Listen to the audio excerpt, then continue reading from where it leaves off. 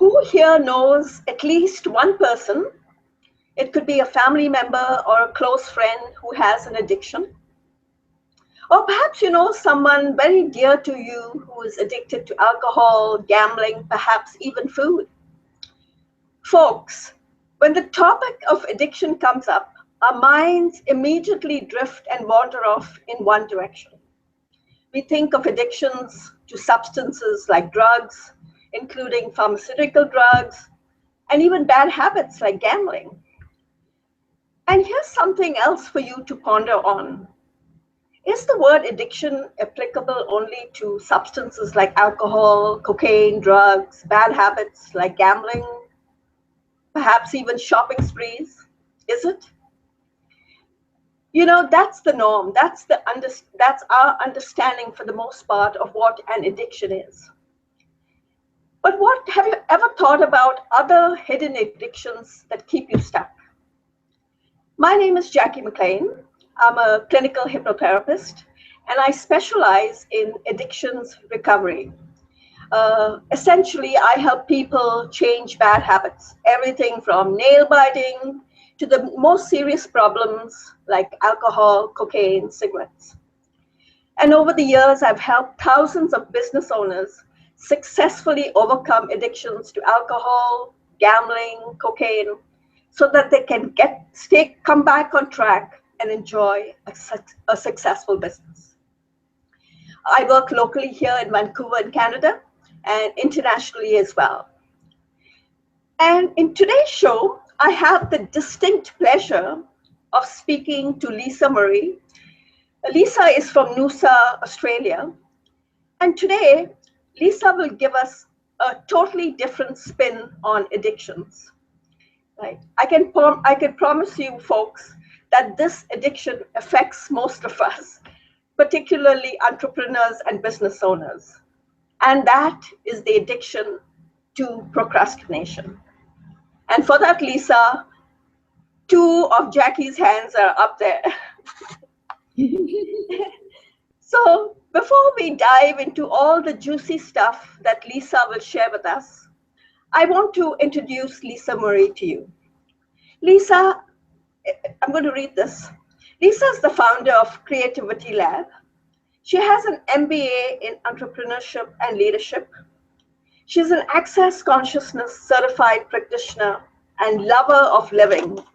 I love that, Lisa, lover of living. Mm-hmm. And folks, I love this the best. Lisa is a nurturer of possibilities and people. And this is so true.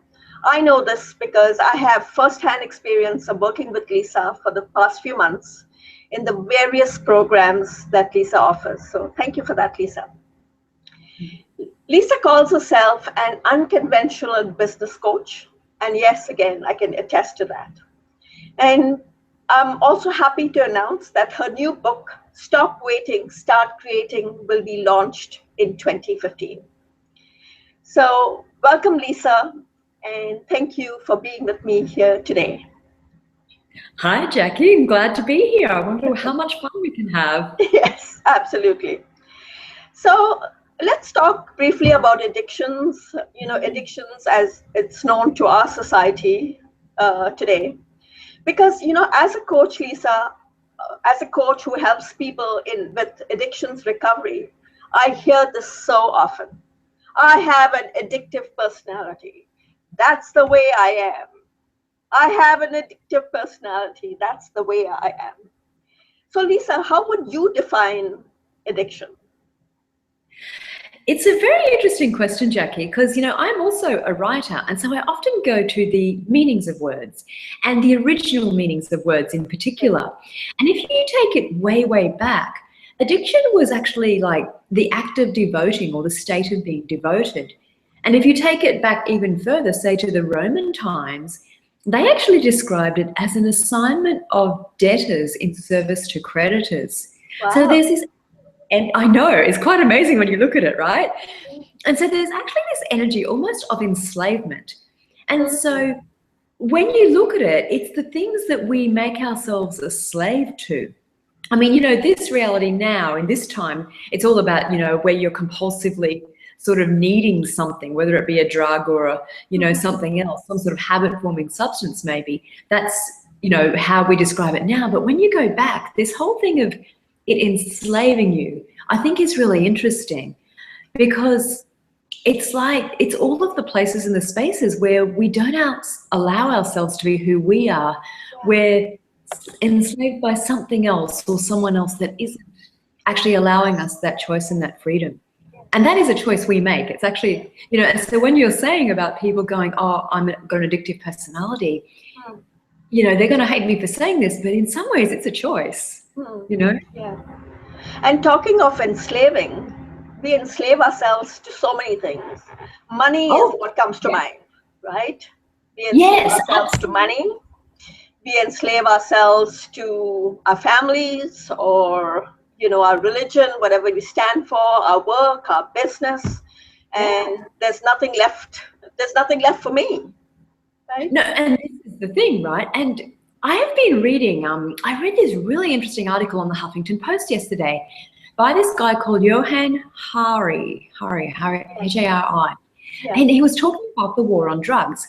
And he's written a book, and it's very interesting because what he's suggesting, and he laid out all this research that, talks about it as well, is that the cause of procrastination and the cause of addiction, well, actually not the cause of procrastination, the cause of addiction is very much about isolation and a lack of connection. Yes.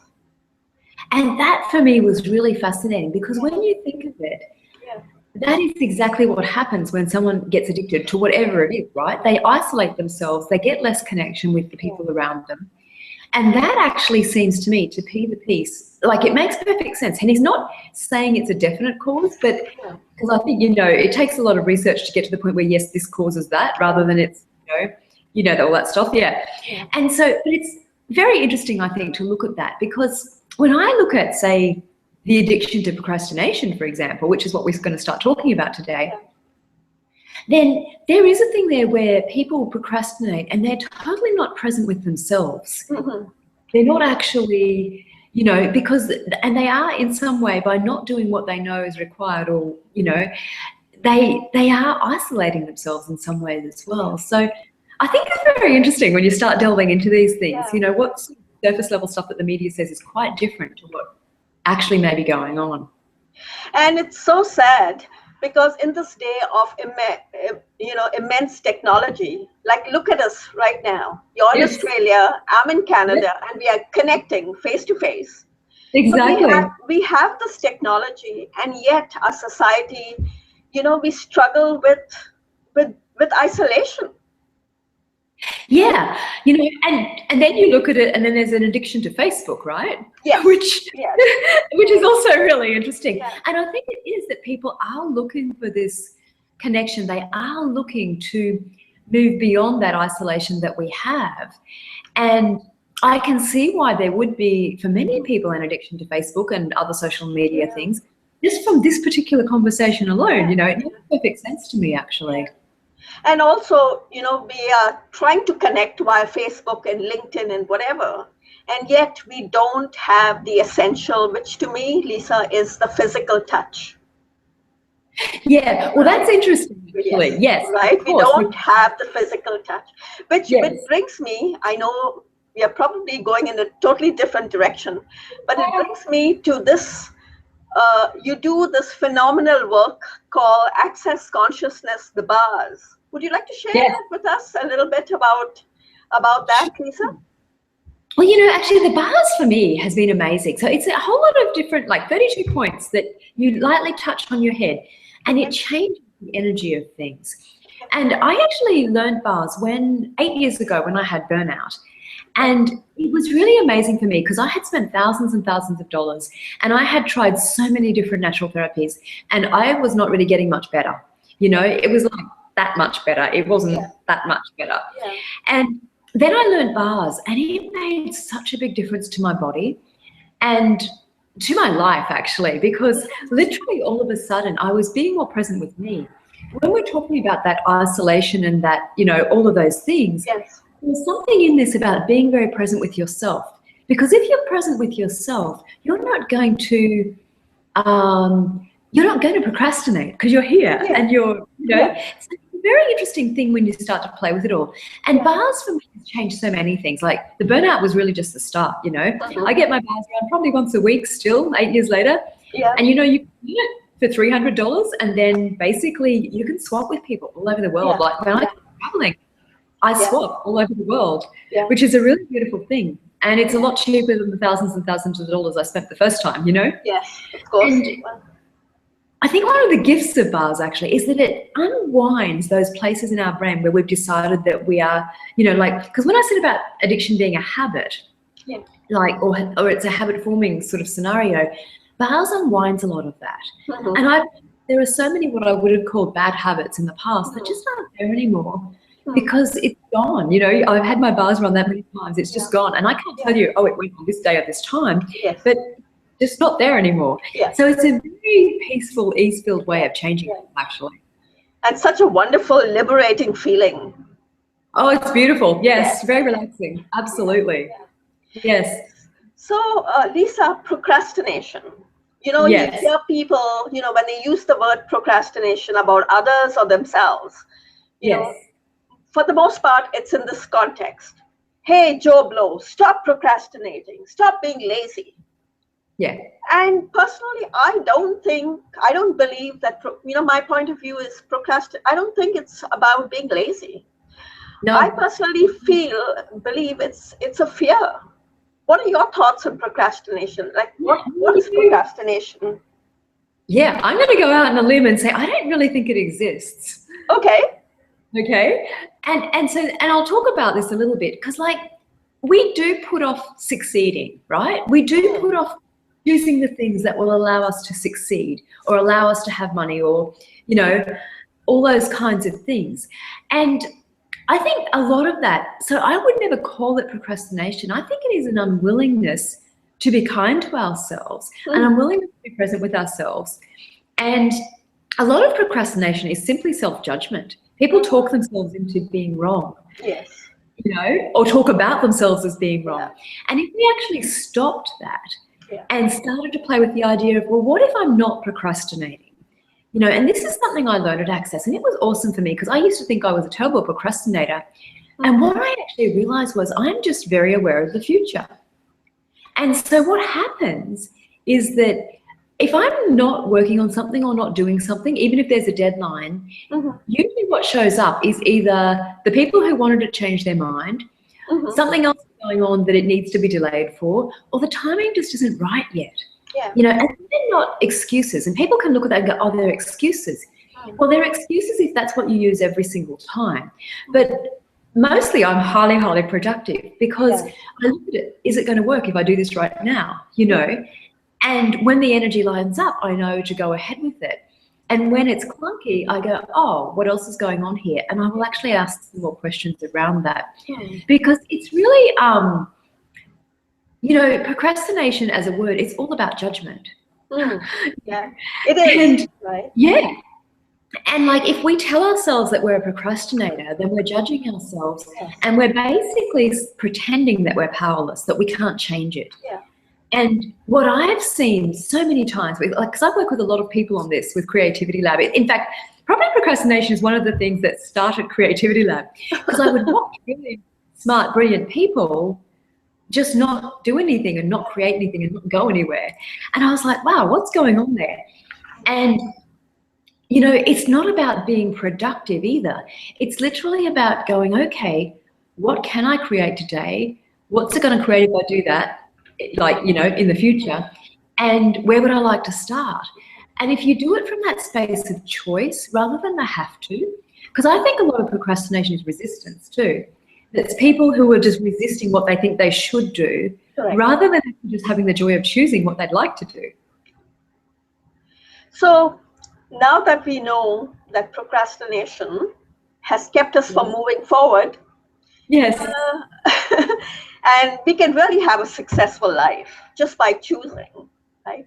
What steps would you suggest, would you recommend that we take, Lisa? Yeah, well, one of the interesting things is if you're addicted, so there's procrastination, which is just a bit of a random thing.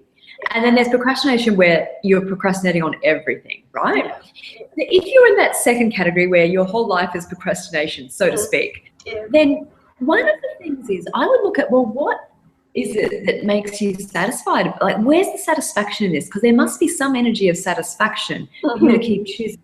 Correct. So I would look at that and start to actually go, okay, so how else could I create that energy of satisfaction in a different way?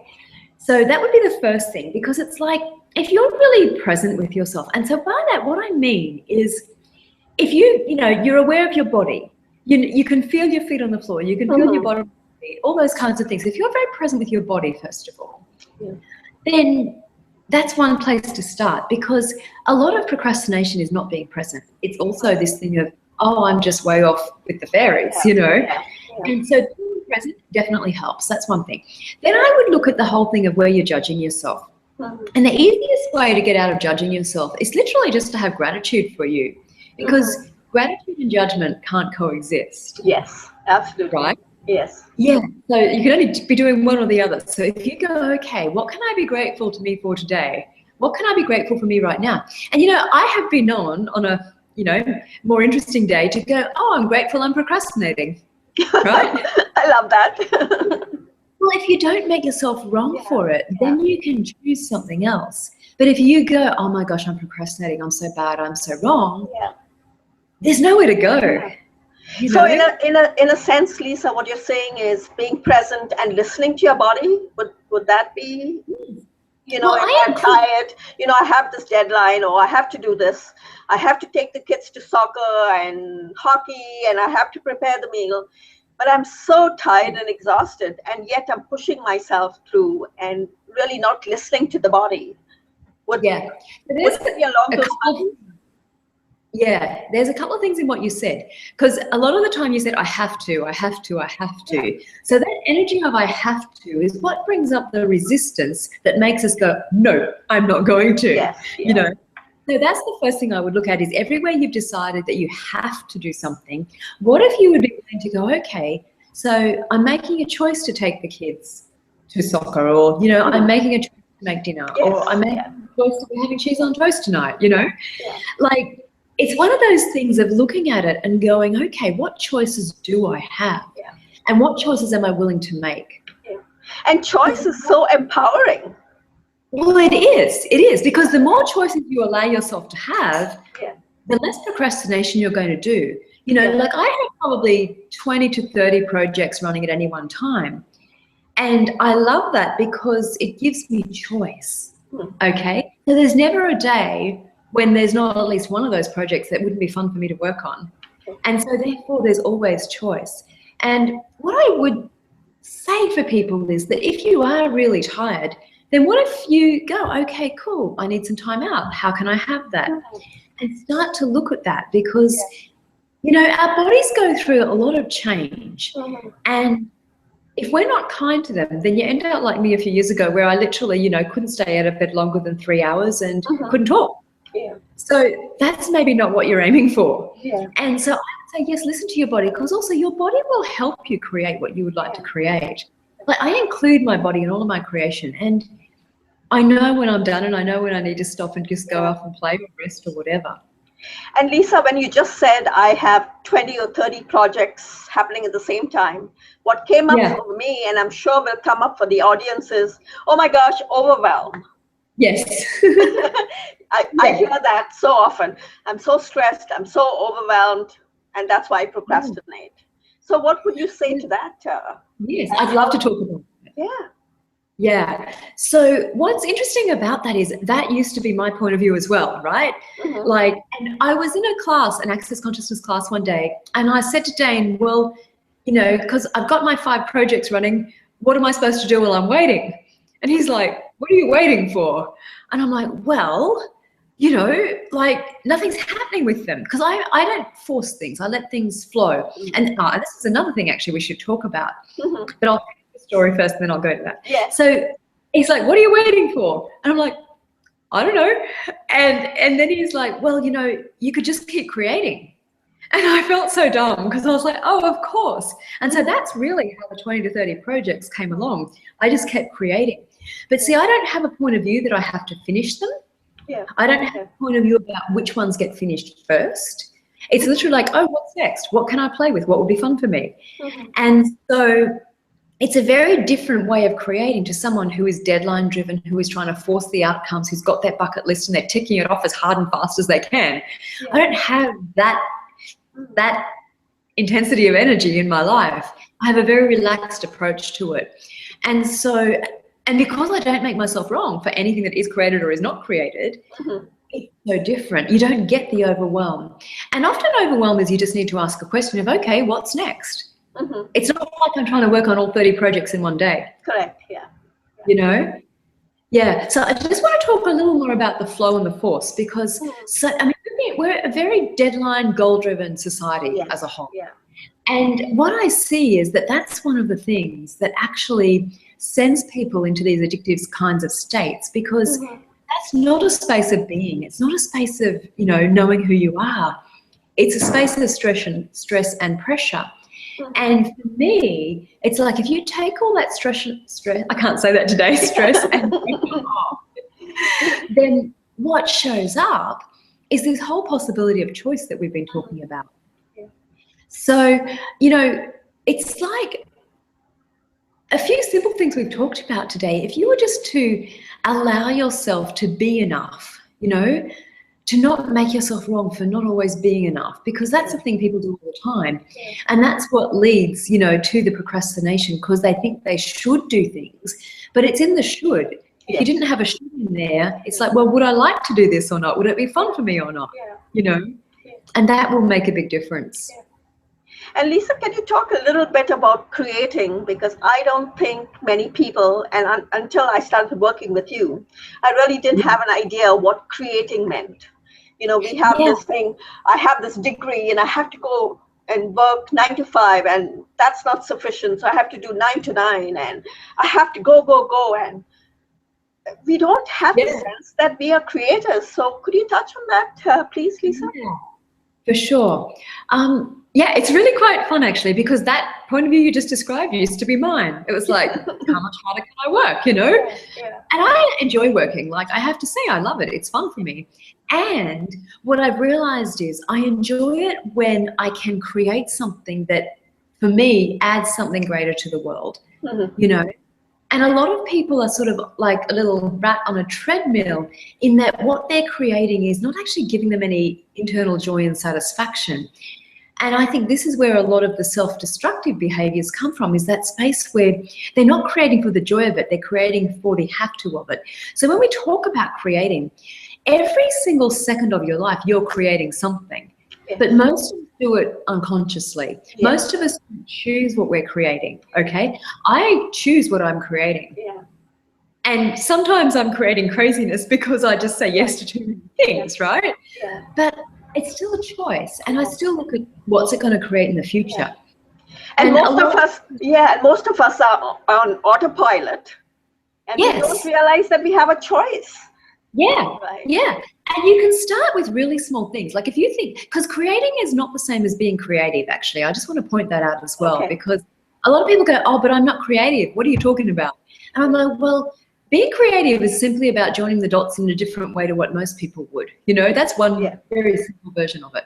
Whereas creating is an action that actually brings our life to life, in effect. It's actually the thing we do that creates our life, the choices we make that create our life. And if we go back to the very beginning when we were talking about that fellow's research with the isolation and lack of connection, if the one thing after this, you know, hangout today that you chose to do was to create more connections with people, to build relationships that are more from, I'm going to say more from your heart, like more real, because it's not just, you know, I know 10,000 people and aren't I special, which is what some people think connection is. It's much more about, hi, I'm here, how are you? And actually, you know, really talking to the person. So that is something, and you know, for me, like when I say I was very introverted, it's probably true in a way, actually. I mean, I get my energy from being by myself. And yet, over these last few years, I've learned that if I wanted to create what I would like to create in the world, I need to talk to people. I need to connect with people. Yes. And so, and I've actually found it to be quite a joy. It's been really interesting because I didn't ever expect I would enjoy talking to people, you know. And yet, it actually has been quite amazing in so many different ways. Yes. And this is the contribution we can be to each other, I think, is really, you know, who can you contribute to today? Yes. And by that, I don't mean helping them and, you know, holding pity parties for people who aren't doing so well. Yeah. I mean, who can you actually just add some energy into their world? It might be just walking past a stranger and smiling. Yes. Those tiny things make a huge difference. Yes. Wow. Wonderful, Lisa. Thank you so much. So could you share with our audience how they could get in touch with you and the amazing work you do so they can stop procrastinating and start creating a fabulous life? For sure. Thank you. Yeah. So I have a website called www.creativitylab.tv. And you can find all sorts of goodies there. There's free signups for all sorts of things. Like, you know, if you want to create money, there's a whole little free course on that. There's a course on having courage. And yeah, and if you're a writer, I've also got one for writers that's going all year as well as the Nurture program, which Jackie, you've been playing with me this year. So there's lots of different things to play with there. And of course, I travel sometimes as well. So you might even see me near you one day. You never know. Oh, wonderful. So are there any last words that you would like to share? Yeah, I think it's just, you know, what if you would have the adventure of life rather than the have to of life, you know? And what if you could just play with it all? Because if you play with it all, procrastination doesn't even enter your mind because you're just playing with a little kid, having a good time. Oh, wonderful. Thank you so much, Lisa. It was really a pleasure and I had a lot of fun. So thank you. Thank you again. Thank you. Bye-bye. Bye-bye.